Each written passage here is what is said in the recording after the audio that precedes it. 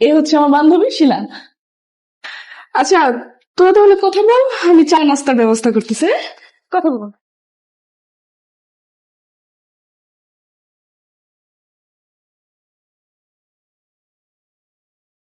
শিলা,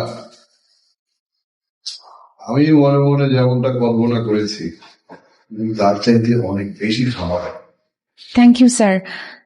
সোনিয়া বলছিল আপনি অনেক বড় বিজনেসম্যান, আপনার অনেক বড় কোম্পানি।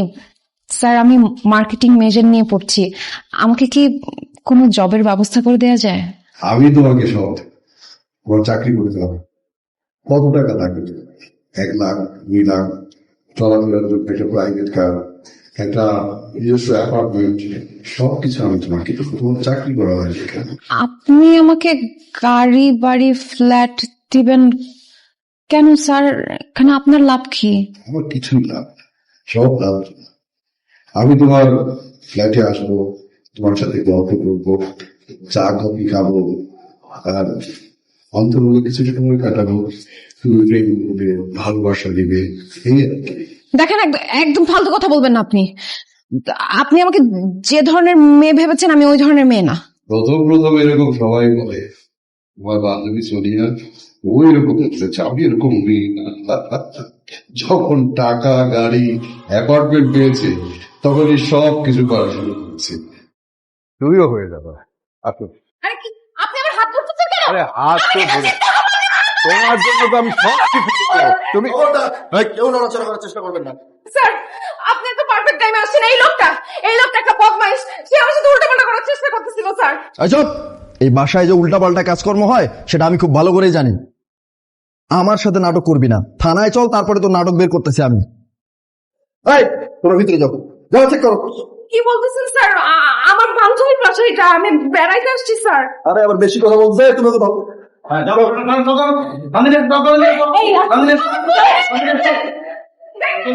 আপনি কি চলেন?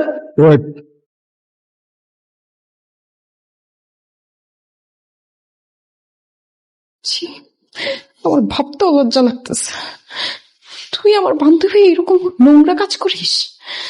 কিভাবে বেরোছে এই ধরনের কাজ করতে? এইভাবে টাকা পয়সা ইনকাম করে বাড়ি গাড়ি করার থেকে রাস্তায় থাকা অনেক ভালো। আচ্ছা, তুই কি জানোস না আমার ফ্যামিলি ব্যাকগ্রাউন্ড কেমন, আমার বাবা মা, আমার পরিবারের মানুষজন কেমন?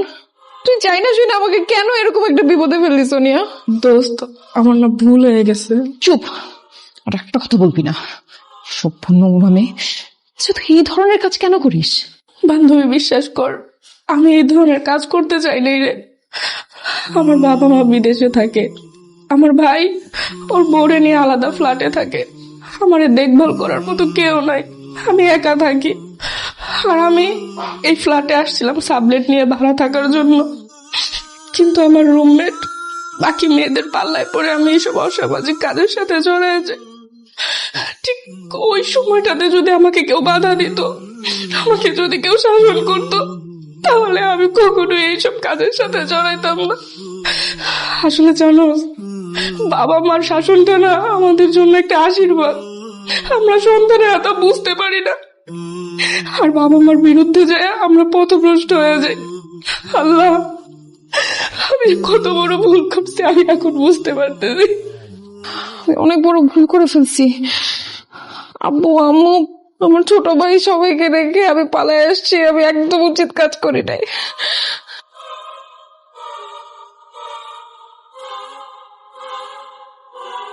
কি ব্যাপার, কি হয়েছে? আর এরা কারা? স্যার, ওরা বনানীতে একটা ফ্ল্যাট ভাড়া নিয়ে ওই ফ্ল্যাটে অসামাজিক কার্যক্রম শুরু করছে। আমরা আজকে ওদেরকে রেট দিয়ে এখানে নিয়ে আসছি।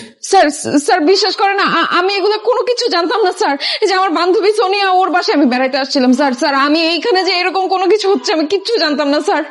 বিশ্বাস করেন, আমি খুব ভালো একটা ফ্যামিলি থেকে বিলং করি। আমি বাসা থেকে পালায় আসছি স্যার। আমার বাবা মা, আমার ফ্যামিলির মানুষ আমাকে নিয়ে টেনশন করতেছে স্যার। কি নাম আপনার? শিলা হোসেন। আপনার বাবার নাম কি আশরাফ হোসেন? জি স্যার। স্যার, আপনি কিভাবে জানলেন? আপনি বাসা থেকে রাগ করে বেরিয়ে গেছেন, আর আপনার বাবা আজকে থানায় এসে জিডি করে গেছে। আপনাকে খুঁজতে খুঁজতে আপনার মা রাস্তায় অজ্ঞান হয়ে এখন হসপিটালে আছে। রতন, স্যার,